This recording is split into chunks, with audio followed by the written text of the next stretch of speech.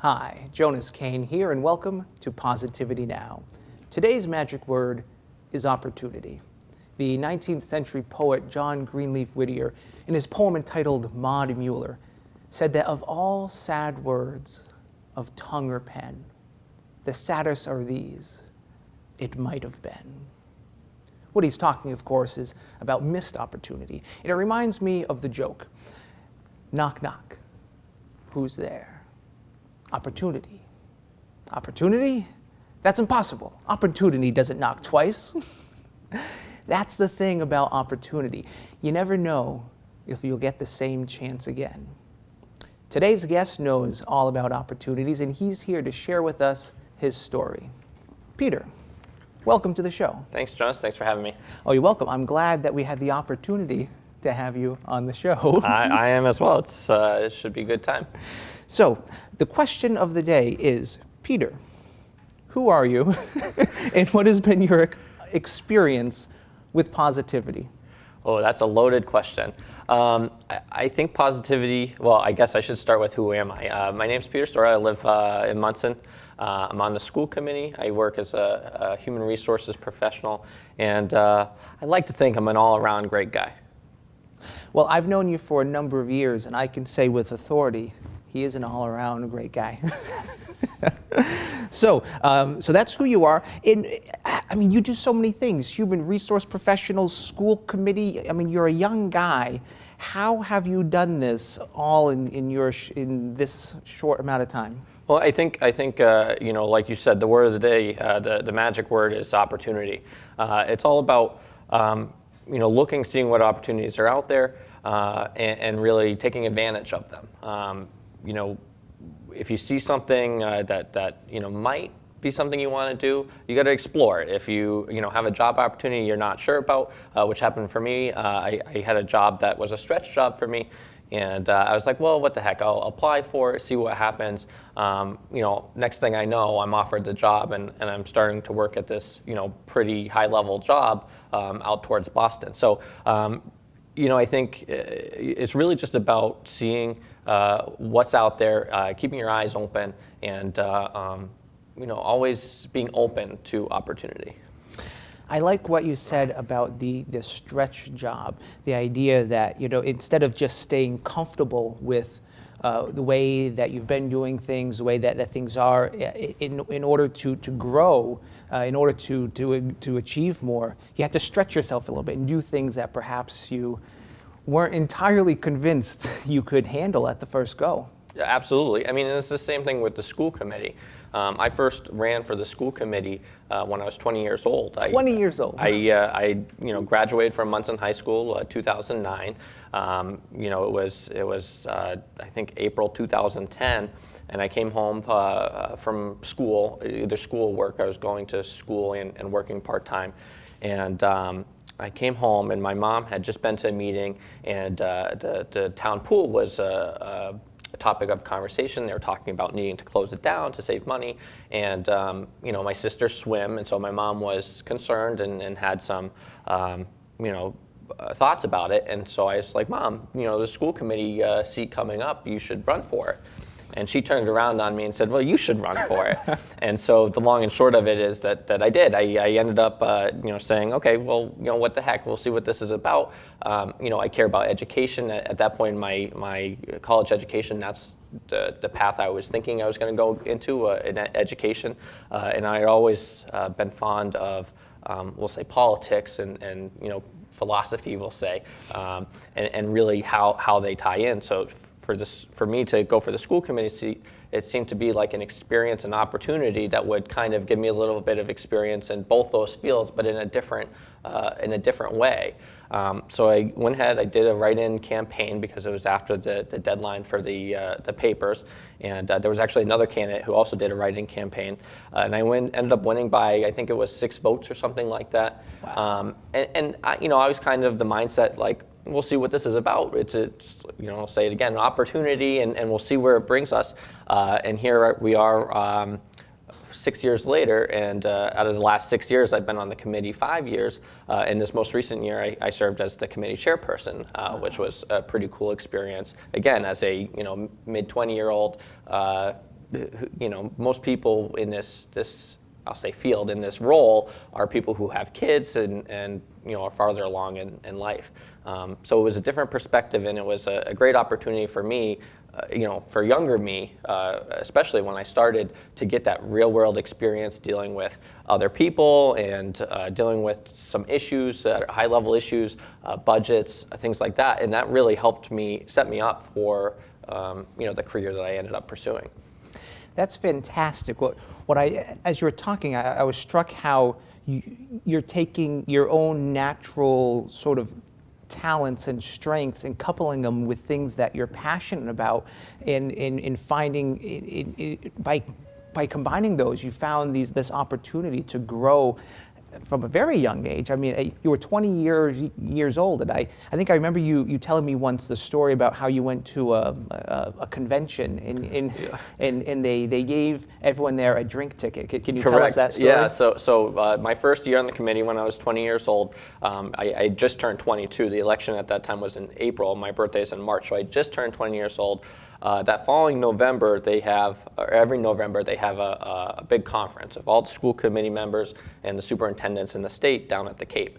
And so it's a great training and learning experience. So I ended up going my first year, and they give you a packet, and part of that packet was a voucher to get a free cocktail.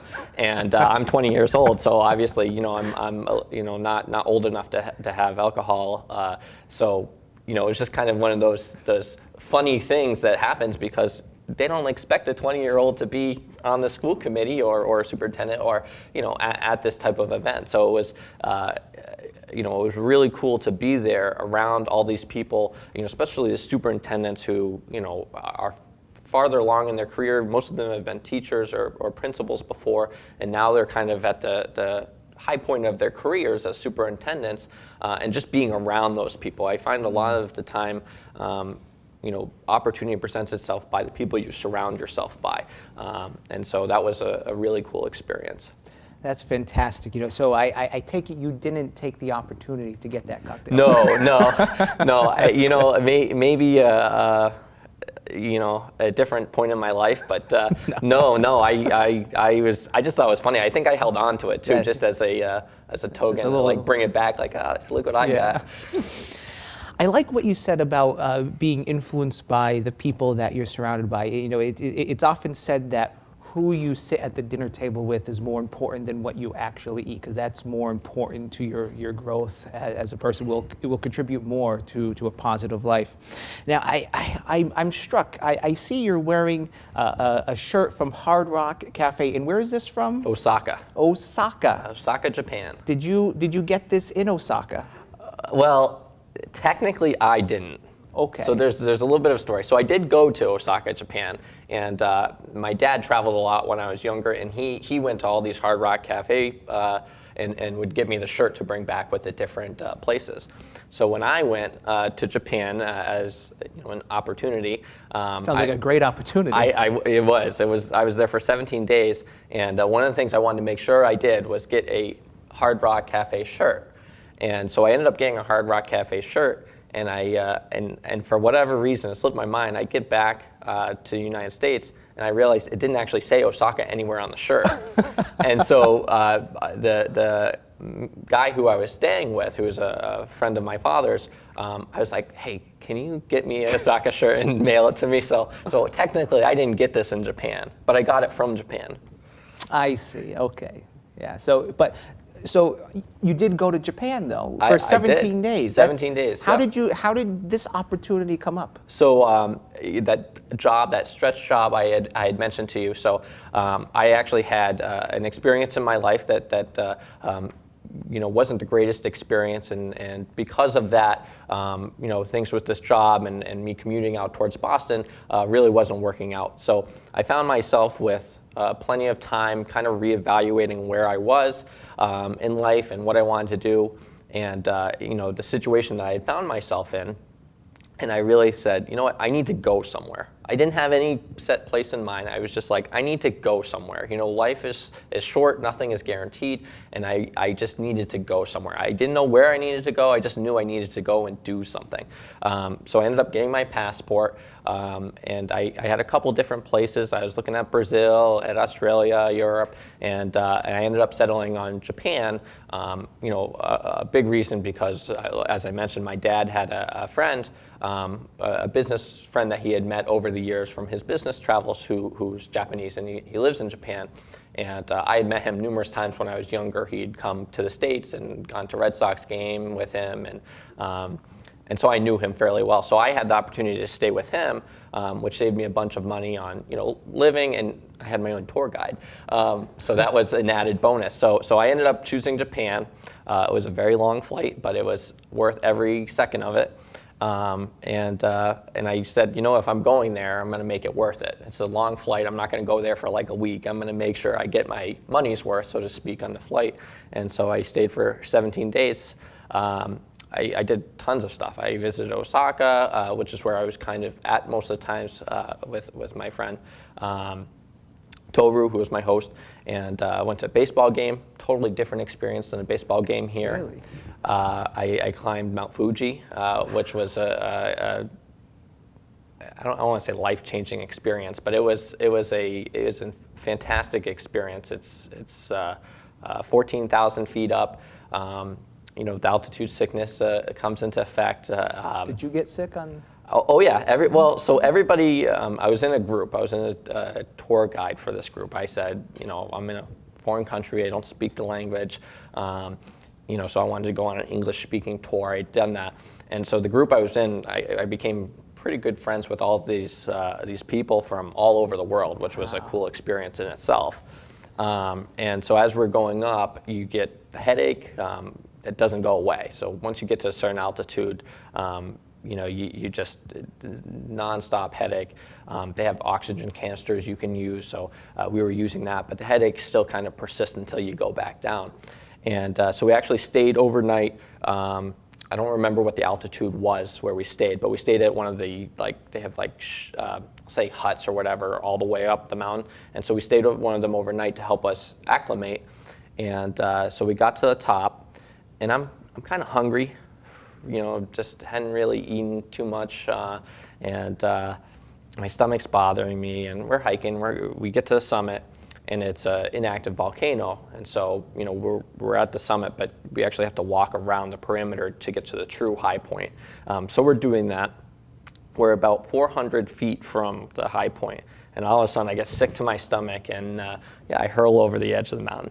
So that was a interesting experience, but one that I can say that, hey, how many people have puked on the top of Mount Fuji?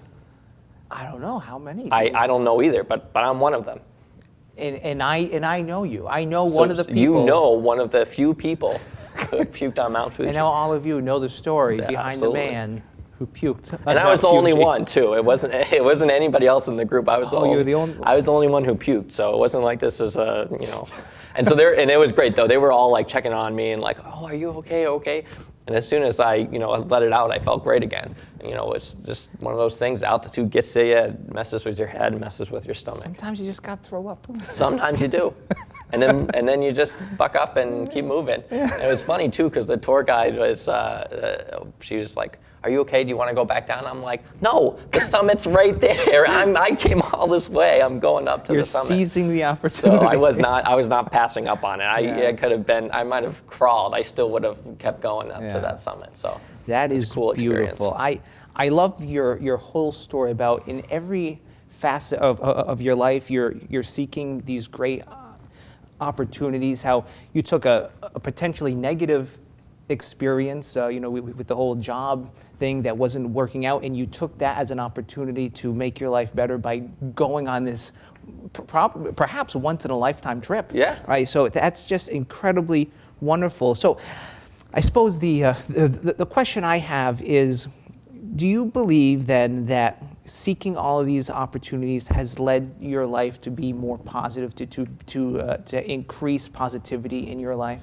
Absolutely. I think, like I said, life is short, nothing is guaranteed. So with that being said, opportunity is how you move forward. It's how you grow. If you just kind of accept where you are in the situation you're in, and kind of turn a blind eye to new opportunities, it definitely holds you back. So I think seizing these opportunities, and sometimes you have to look a little harder to find them. Sometimes they're not hitting you in the face. Like that job offer, basically that stretch job. Somebody told me about the job and told me I should apply for it, and so I did, and then I got the job. I wasn't even looking for a job at the time. So sometimes opportunities hit you in the face, and other times you really have to go looking for them and even make them. I know, like I said, when I went to Japan with the job situation, I just decided that's what I was going to do, and I did it. That's fantastic. So a question that I have for all of my guests is, in order to focus on positive things, we all have these people that we look up to, heroes. Who do you look up to focus on leading a good life? So that's an excellent question, and I have my 8th grade teachers to thank for the answer.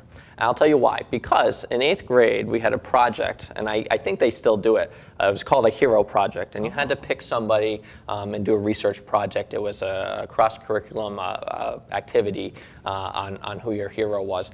And for that project, my hero was Ulysses S. Grant. One of the presidents. Now, my personal hero, which that research helped me kind of develop my thought process on, would have to be my father. My father has been, the role model of a family man, an adventurer, a big hiker, somebody who has 6 kids and has, worked to raise them all and instill, positive values in them, myself included, obviously, and hard worker. I think it's so. I don't think I need to look outside of my family to really find that role model or inspiration, because I think that's the person that I most aspire to be like. I love that. So your role model is modeling how to live a good life. That's Absolutely. Great. Well, Peter, I really appreciate you being here today and sharing with us your story. Before you go, may I perform a magic trick for you? Oh, I love magic, so let's see it. That's my favorite answer. It's a simple card trick. However, what's not so simple about it is that I'm not going to do this trick. You're going to do this trick. All right? Okay. I'm going to spread the cards. You just point to any card you like. I want to point to that one. You're pointing to this one here? Yeah. Do you want to change your mind? Absolutely not. All right. So remember, I said I'm not doing this trick. You are doing this trick. All right. Peter, you have to guess what card this is. Ooh. What card do you think it is? I mean, you have 1 out of 52 chances, right? Yeah, let's see. But you only get one chance. You want one opportunity. It's not very good odds. About 2%. I'm going to say the 3 of clubs. The 3 of... Is that your final answer? That's my final answer. I actually don't know what it is either, so Okay. let's take a look and see. Okay, he was close. He was close. It wasn't a 3. It wasn't a club. Actually, it was totally off. but 2 is right next to 3. It is right next to 3. Sort of close.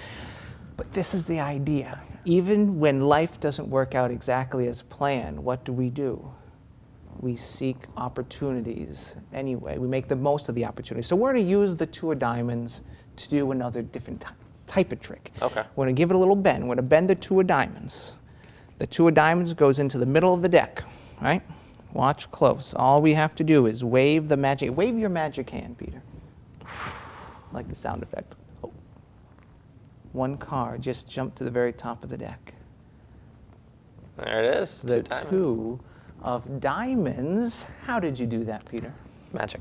I'll tell you what, sometimes, I think as you would probably recognize, is that sometimes life works when we're not really paying attention to it, right? When we focus on one thing, but life has its own ideas too. We're going to do this again, but this time I think our viewers at home are going to see exactly how this trick works. But hopefully, if I do it right, you're not going to see a thing. Okay. If it works right. 2 of diamonds goes back inside the deck. Watch very close. 2 of diamonds goes halfway inside. Please take your hand, push it all the way in. And when we do it just right, the 2 of diamonds jumps into my mouth as if by magic. Because it's all about focusing on the right things. If we focus on what we think is important instead of what really is important, we'll miss those opportunities that you were talking about, right? What I most love about this trick, though, is that we've been using the 2 of diamonds this whole time. The 2 of diamonds is the only card in the deck, meaning that Peter truly made the most out of this situation. There we go. Peter, thank you so much for coming. Thank you. I hope that we have an opportunity to see you again. Sounds good. Thanks, Jonas. You're very welcome. Well, folks, that is Peter, but before you go, we have a special bonus magic word for you. Stay tuned. Today's bonus magic word is action. Whenever I hear the word action, I think of the story of the 3 frogs sitting on a log. And it simply goes like this. 3 frogs sat on a log. One frog decided that it was time to jump off the log and swim in the water. So how many frogs remain on the log? Now, one would think that there are 2, yet in truth there remain 3, for the frog who wanted to swim only decided that's what it wanted to do and never jumped into action. Whenever people come to me and tell me about their dreams and aspirations, the one question I always have for them is this: what have you done about it? What action steps have you taken to start living that dream? Now, a common response is that they're just not ready. They need to make changes to themselves and their life before they can jump into action. Now, the sad truth is that these people will never achieve their goals. Because if we think that we have to grow before we act, we'll be waiting our entire lives. It is only by jumping into action, getting into the game, that we begin the process of growing to become who we dreamed we might be. So today I suggest that if you have a dream, but have been waiting to act on it, then make the commitment to jump into action today. Even a small step in the right direction will get you closer to where you need to be. Now, if you act on your opportunities, and if you follow through with them, just imagine what will be possible. And that's why the magic word is action. Well, that's it for this episode of Positivity Now. Remember, if you have any questions, or perhaps you'd like us to talk about a certain magic word, or maybe you'd like to be a guest on the show, visit jonaskane.com/positivity. Until next time, my name is Jonas Kane. Stay positive.